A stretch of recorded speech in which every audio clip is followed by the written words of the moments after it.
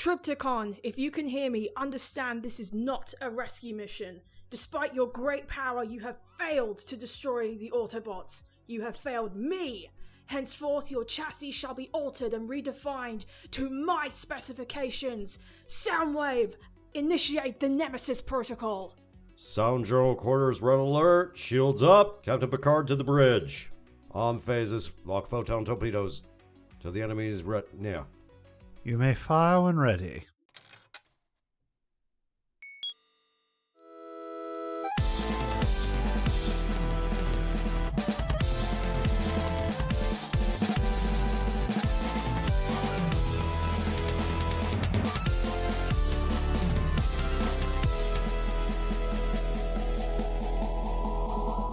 Welcome back, ladies and gentlemen. My name is Redamus Maximus. This is John Lovecraft. I am your Star Queen. And we are 8 Bits and Dice Rolls podcast. Da-da-da! So, this week, as you can probably tell from the opener, is a little bit different. We are going to be talking about ships within nerddom. The lovely, glorious ships that will take you far to the stars and meet and kill your fellow enemies. Anyway, go on. In a galaxy far, far away. So let's start with Star Queen. You've got some pretty good ships. Yes, I love Transformers, and there is a very pretty Jetfire that is sitting in our office here at 8 Bits and Dice Rolls. And if we're talking about ships objectively, or at least characters who transform into ships, I think he's probably my favorite. But if we're talking about the coolest looking, let me tell you about the purple Mecha Godzilla looking thing that is Triptychon. Isn't he gorgeous? I mean... Yes. And actually his counterpart, Fortress Maximus, as well, which I know he's not everybody's favorite Titan, but he's my favorite Titan. How bad? He also transforms into a ship where his head can walk around inside of himself to be in command of his ship. That is unusual. Yeah, that is unusual. It is a little bit weird, and oh my god, Headmasters is one of these days. I need to show you my notes that I took watching Headmasters. I need to see that. Okay, Headmasters is, imagine if Transformers Generation 1 had even less of a budget and none of the voice actors. Oh wow. Yeah, it's not great, but it has its moments.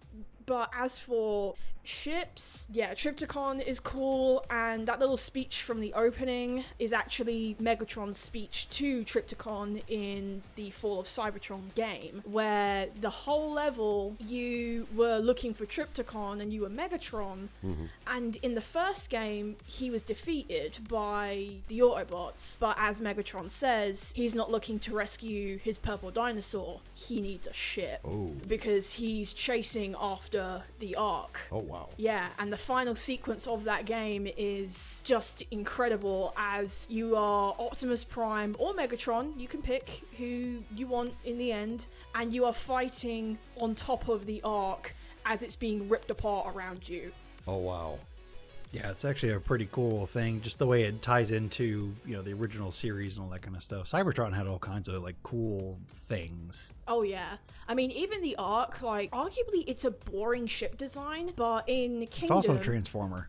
Yes, it is also a Transformer, with, if you look at its face, it's actually the Autobot symbol. Oh wow. Yeah. That's pretty cool. Lovecraft. Yes. I know you have some ships. Oh, good lord, man. So are you Team Edward or Team Jacob?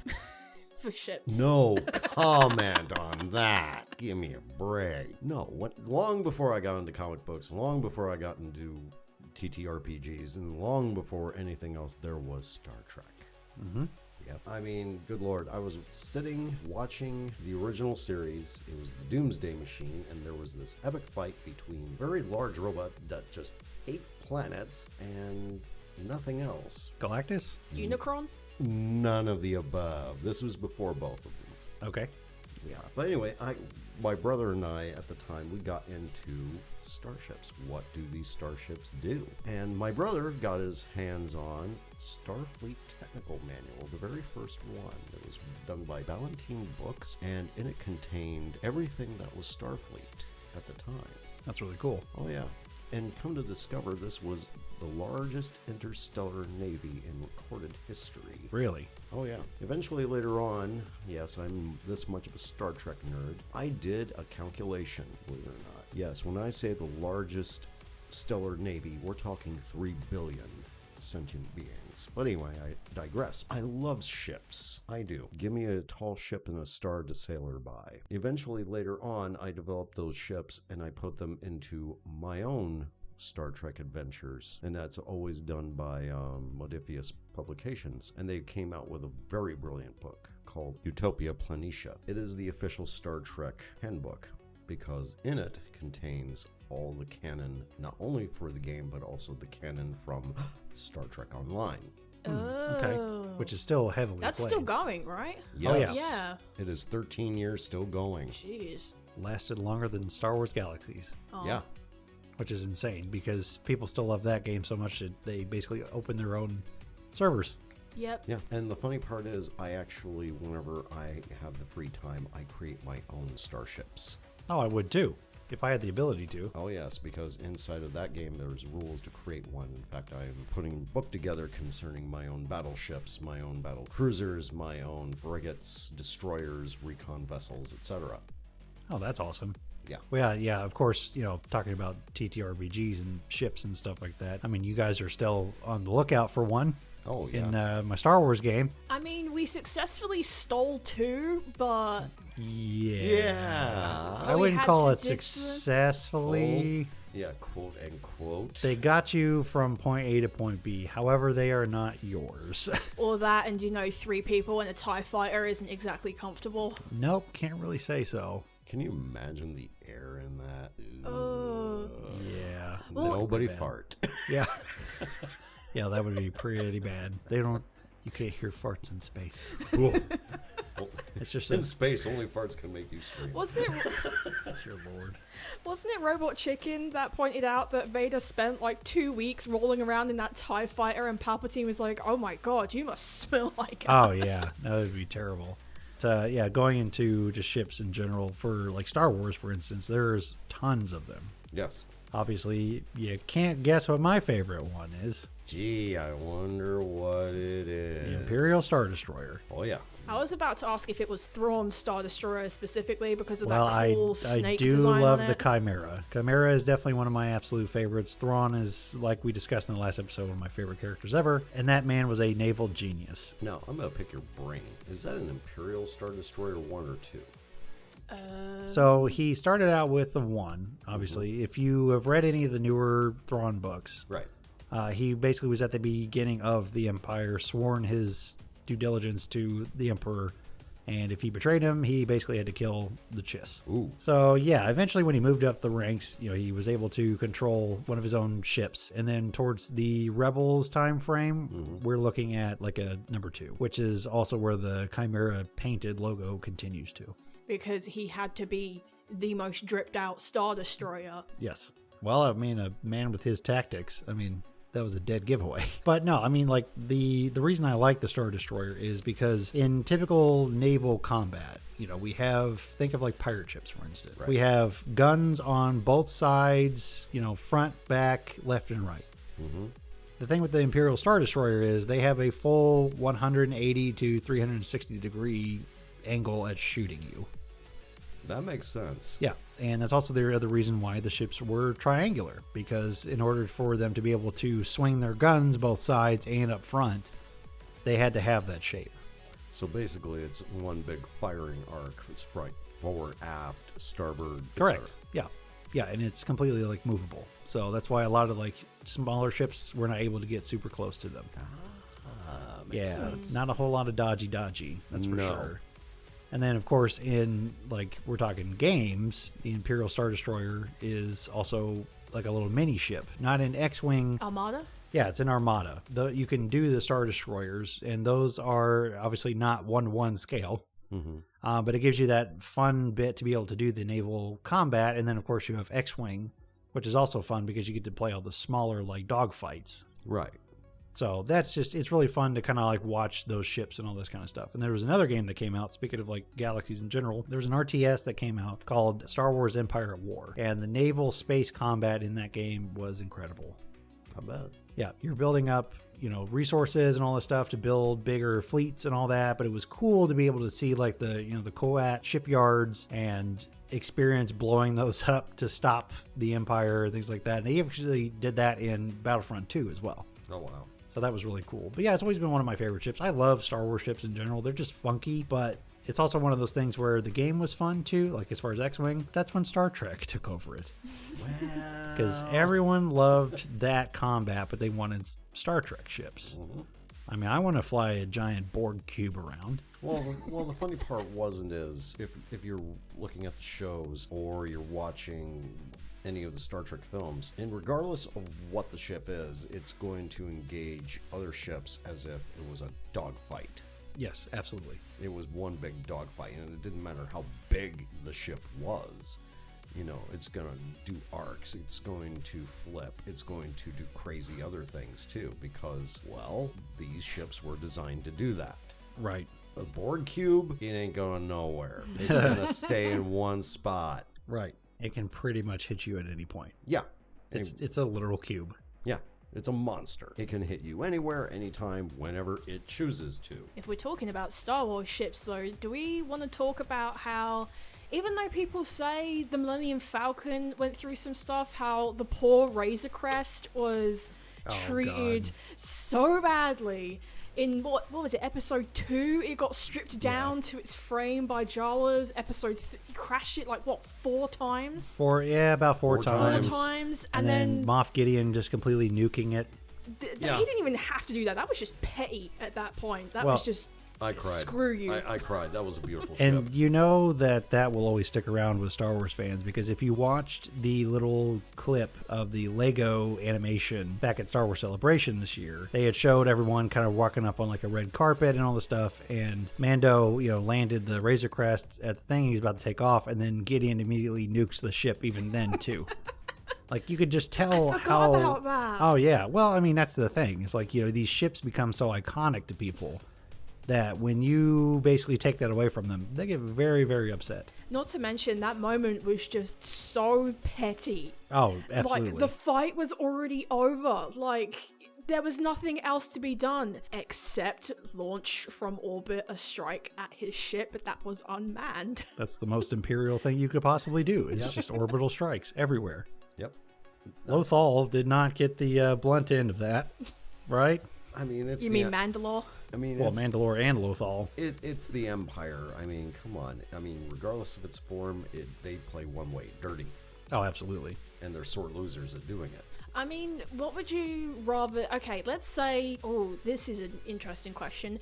What would you rather deal with, or fight off, I should say? Do you want to fight off the Empire from Star Wars that is carpet bombing your planet a la Mandalore? Or would you rather fight the Nemesis that has just transformed into Trypticon and is now eating your buildings? Well, okay, so here's the follow-up to that, I guess. Okay. Is he Trypticon in space, or is it on the planet? I said that he transformed into Trypticon, so well, actually that could mean both things. Let's say in space. Okay. As well. So we're talking space satellite Trypticon. Okay. Yeah. So this is also another one of my favorite arguments too, because a lot of people are like, "Oh, well, what if we had a Imperial Star Destroyer against like a Warhammer ship?" Oh, I a hate 40K those ship? arguments. Well, it's kind of the same thing. So Imperial Star Destroyers are extremely fast. They have the ability to go into warp speeds and all those kind of things. If I had to duck, dip, dive, dodge, and dive from Trypticon, I think it'd be pretty close. It just kind of depends on how fast Trypticon can actually move. Well, Trypticon, I know, doesn't have any hyperspace capabilities. One thing actually established in Transformers is they need to create wormholes in order for galactic travel. They haven't gotten that technology yet. I think they might have lost it, actually. Well, yeah, in G1, I mean, that's how they got from Cybertron to Earth. Yeah. They fell in a wormhole. But yeah, I'm not 100% sure. I think the Star Destroyer would be fine. Because if you got this giant dino that's swinging at, whatever kind of velocity, that ship has probably already moved out of the way. Now, as far as firepower, however, I think that Trypticon would be fine too. But if it's just a dive, dipping move, Star Destroyer for sure. You know, it would be an interesting fight. And I just thought about this. It'd be a very interesting fight. One Borg cube versus the Death Star. Oh, Jesus. That's actually an interesting fight. Yeah, I would want to see that. I'm not even 100% sure how a Borg ship really operates. Same here. I read somewhere that a standard Death Star was like, what, 1 million plus crew? Yeah, I'd say that's pretty Yes, accurate. it was 1 million, I want to say. How many was on a Borg cube? Guess what? 1 billion. Oh, Jesus. jeez. Okay, that's a lot of. Wait, what's the people. size of the Borg cubes, like, It compared to the will- Death Star? It will vary. Okay. It will vary simply because there are various cubes, pyramids, Oh, spheres, diamonds. gotcha. Yeah. So they can vary in size as well. So arguably yeah. the cube could be bigger than the Death Star, which is kind of nutty to think about, actually. This is true. Well, considering Starkiller Base was bigger than the Death Star too. I mean, it was Yeah. actual planet size. Death Star was only moon size. So it's not hard for other things to be bigger than it. However, Star Trek also has the ability to jump into light speed and stuff. Well, actually, for all of Starfleet, Romulans, Klingons, the Dominion, it doesn't matter within the Star Wars canon. I meant Star Trek canon. In the Star Trek canon, it's folding space. Okay. Okay. Okay. Like space-time type thing. What you're doing with dilithium energy, okay, you're surrounding your ship like a bubble. Okay. It's a Okay. warp field or warp Okay. shell. Yep. Oh. Folding that space because of that warp shell, Mm-hmm. that it automatically propels the ship. Oh. Gotcha. And So it's slightly different than hyperspace. Hmm. But here's the catch. It slightly damages the fabric of space. Oh, so it's almost like a butterfly effect. If something Gotcha. happens mid-transport, right, something would change. There was an episode on Star Trek where the fabric of space was almost totally destroyed. Just by hitting the warp button. Constantly. The problem was and is there is no space to carry any ships along. Okay. So basically, whenever, if, and when they go into warp, that ship will be ripped apart. Hmm. Yeah. Interesting. So the Federation initiated a speed limit. Okay. That's That actually actually- makes sense. That's actually kind of funny, too. Yeah. Yeah, that's the same thing. I mean, Star Wars did too, is there were hyperspace lanes. You had to Yes. follow these and all that kind of stuff. Mhm. Warp 5, no higher, and Warp 9 for emergencies or outright warfare. Okay. So, Is that where we get Deep Space Nine from? Okay. This is where we get the Dominion War, and this is, yeah. Okay. So I'm at least still kind of caught up for my 90s Star Trek. The 90s Star Trek. That was Dad loved fun. it. Dad loved That was 90s Star Trek. fun. If that wasn't on, it was some kind of like Western. That was the 90s for my dad, pretty much. But that's kind of cool. That's, there's tie-ins to each kind of one. Speed is different through each universe, which is really cool. Yes, because Warp 1 is the equivalent of Star Wars hyperspace. Yeah. Oh, wow. Okay, so the Oh. Death Star is actually really slow in That's comparison. interesting. It's dead slow. Okay. Warp 2 is twice the speed of light. 3, 4, etc. Okay. Well, there you go, ladies and gentlemen. That also proves even further Warhammer ships are slow. I mean, yeah, taking into account like size dynamics as well. Oh yeah, well I mean they're billions of size and all that stuff, and If the Imperium of Man was to ever go into the territory of the United Federation of Planets, it would be destroyed in 24 hours. I mean, they call abandoned ships in Warhammer 40k Space Hulks for a reason. well yeah, they're designed to ram everything. And they're massive and huge and Big pieces of crap targets. exactly. They are giant targets. However, they're designed again for that. They don't care if they die. They're going to create the destruction that they set out to do. Sad. The Federation represents peace and democracy and the rule of law and, And the DMV. yeah, that too. Oh god, yeah, no, Warhammer does not stand for that. You will give blood to the blood god, and it's for the Emperor. Well, we'll get the Emperor first. I mean, that's how we are. One thing I'm curious about though, and in Star Wars they've kind of touched on this with hyperspace. Hyperspace is almost kind of a different dimension. Is it the same thing in Star Trek where warp speed is you're entering a different dimension, or is it actual, like, speed velocity? It is the equivalent of speed velocity. Okay, that's really interesting, because I was thinking about it from Transformers' point of view, and with that, obviously they use wormholes, but for any interstellar travel that they do, they pass through, like with hyperspace in Star Wars, it's a different dimension. Now, during 24th century Star Trek, where Star Trek's timeline is now in Star Trek Picard and other shows, everything is in real time. Oh.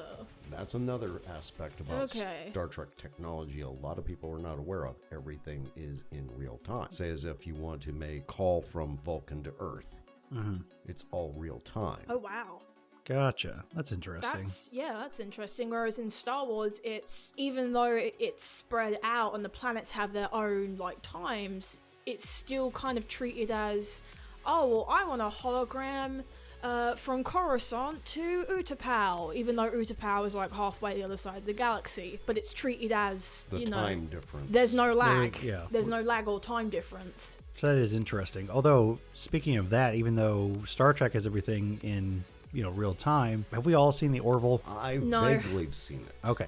So a couple of the episodes, they actually are trying to make, transponders or transmissions to either the Orville or to, planet side. And there's delays. Like, I remember there was one episode specifically, they were tracking a beacon and they tried to make the call. However, the call came like a year later. Oh, wow. Yeah. But it was in that they thought, obviously it was the time frame was real time. Oh. So that's interesting. Because, obviously the Orville stands for, science and research. And that's kind of along the same lines as like Star Trek. Well, what people don't understand about the United Federation of Planets, many people have this assumption it's human only. It's not. Oh, yeah. No, No, it's all it's kinds not. of stuff. It's Andorians, Vulcans, Tellarites, Trill, etc. I could go on for the next 3 hours. Yeah. It's just like the Star Wars thing where, it's not entirely composed of humans, but they are, like, everywhere. It's Unified nations. Yeah. yes, that's Or all. trying for them. Yeah, because it's the combined technology of all of them Yeah. that is present on the ships. Now, obviously, downgrading technology, if we were to go back in the history of pirates... Oh yeah. Oh, yeah, let's talk about how sick the Jackdaw is in Assassin's Creed 4. Yes, that is probably my favorite Assassin's Creed game, Black Flag, because it's Gotcha. pirates. It also introduced some of the best, like, naval combat in actual, like, video games, too. Even just playing Assassin's Creed 3, the ship segments kind of felt like this game Oh, they were dynamic super is clunky. way too developed for you not to be doing something with this. And especially that level where, I can't remember what the fight was, but you were sailing the Aquila in Assassin's Creed 3 and you go out onto the water and who's the guy who's like the second in command of the ship? What's the title that guy has? No, is it the first mate or something? Yes, first mate, yeah. Okay, yeah, then the first mate yells like, "Hell be upon the water!" And the camera pans over and the water is just on fire and there's smoke everywhere. Oh, yeah, I know what you're talking about. Yeah, and I'm just like, oh, Assassin's Creed 3 was like a meh game, but you knew something special was coming after that. Yeah. Yeah, the wartime mechanics was extremely fun. Being able to upgrade your ship and better cannons and all this other stuff, and obviously running into the legendary pirates throughout the, gameplay, like Blackbeard and all them, and Oh, that was so fighting sad. those ghost ships and stuff. Yep. That was That actually was terrifying. Like, if you were actually on the sea and you see these mythical, like, man of war ships coming out of nowhere that should have been dead, Right. and you knew you were getting close to them too, because that's obviously for thematic reasons, the huge thunderstorms and all those kind of things. And then, like, your men stopped singing their shanties and they're just like, port side and like all that stuff. It was scary. Like, that game actually made you kind of scared to be a pirate on a pirate ship. Well, pirates had a brutal life. Oh, yeah. I mean, annual lifespan, I think it was like 10 years on the sea or whatever. Yeah, it wasn't very long. Yeah. Like, you did not live long as an actual pirate, which is why a lot of them, retired after like 5 or 6 years. I don't A lot of blame people them. don't realize that, but that's also part of the golden age of piracy. Yes, it was easy to get on ships. However, there wasn't a lot of them that came out of it. Alive. The rich were rich for a reason. Well, not to mention True. just how you could customize the jackdaw too. Like, you could make the sails and stuff different, and like the visual upgrades as well. So you Yeah. could add more cannons, you could make it faster. I mean, it was like fully tricked out. Yeah, you can And- armor the ship and things. When you were fully tricked out and you were going up against those little weenie like schooner ships, you were like, Oh, the schooners, yeah. yeah, and they would like fire like a cannon at you. Yeah, yeah, it just kind of bounces off. And yeah, and then you would like fire all 6 of yours at it and just sink it in one go. It's literally like that new Mario trailer that just came out. The whole them throwing like snowballs Yep. at Bowser and just like, this is a taste of our power. Do you yield? And then just, Bowser being the Jack Star, just, no. No. That's so funny. And then all 6 cannons sink it automatically, and it doesn't even give you the option to capture it because you already just sank it. Yeah, you didn't even have a chance. That's why it was like important to really space out how much upgrading and stuff you had to do at a certain point. I remember that. Yeah. Oh, good lord. One of my favorite ships that came out recently was called the Yorktown. Okay, where's that from? Star Trek, obviously. Oh, okay. Okay, during the Iconian War, when they finally came back to the galaxy, they waged total war upon all forms of humanoid life, from the Klingons to all the members of the Federation to the Romulan Republic, but most importantly, they wanted to take out New Romulus because that was their original home planet. Mm-hmm. Well, there was a war, a big one, took out most of the galaxy. Oh. Oh dear. Yeah, so Starfleet had this crazy idea. They created, believe it or not, the largest ship in known space, and it was a battleship class. And this was called the Yorktown. So go on and Google it on Star Trek Online, Yorktown class. Okay. But the funny part is, it's not just one ship, it's 2. There is a frigate in where shuttlecraft used to be parked. Inside that frigate, it is built for combat and nothing else. Mm-hmm. There was 2 so far that were built, USS Yorktown and the USS Enterprise. Right. That's the, one everybody's kind of aware of. Yeah. And come to find out by accident as of this afternoon, the Enterprise F may be in the current season of Star Trek Picard. Oh. Now, see, I thought Picard was over. No. Okay, great. No. The current Star Trek Picard that will be coming out will feature the original cast of Star Trek The Next Generation. Oh, Okay. wow. From the 1980s, yes. Yep, This will be the final voyage. The final frontier. Yeah. Again. Again. And they're going to feature the Enterprise F. Cool. Yeah. And it's, what is it? Oh, I totally spaced out how large this sucker is, but it's huge and it's gorgeous. Okay. That's now one of my favorite ships. That's cool. Well, of course, one I completely forgot about until just now is, obviously, we were talking a little bit about Gundam. I think you and I are thinking of the same ship. Yeah, I was about to so- say the same thing. Well, maybe. I mean, there's a lot of ships. So, obviously, we have been going through the original, like, G1 Gundam. Well, Mobile Suit Or Gundam. Mobile Mobile suit, suit, the actual yeah. Mobile Suit Gundam, yeah, from the, was it 70s or 80s? I can't remember. 70s. I think it was 70s, 70s, yeah, like yeah. 78, 79, I think, yeah. One of my absolute favorite ships of all time is the White Base. Yep, we were Yes. thinking of the same ship. Okay, yep. That ship design should not work, but the more they show of it, the more it makes sense. Well, yeah, it's called the Trojan Horse. I mean, it looks like if in space would be a horse, a Trojan horse. Well, it actually looks like a horse lying down. Yeah, that's Yeah. true. It does, which is really cool. Kind of a sphinxy like A look little to it bit. as well, with the feet and all that kind of stuff. Obviously, those are the launch bays, but I think that was the whole idea when they designed her. yeah, absolutely. Yeah. Well, and she's so iconic that, obviously in the whole entire series, that every other ship, basically in Gundam, that was introduced was basically based on White Base. So, like the Archangel and like the other ones from like Seed and all the other stuff. Mm-hmm.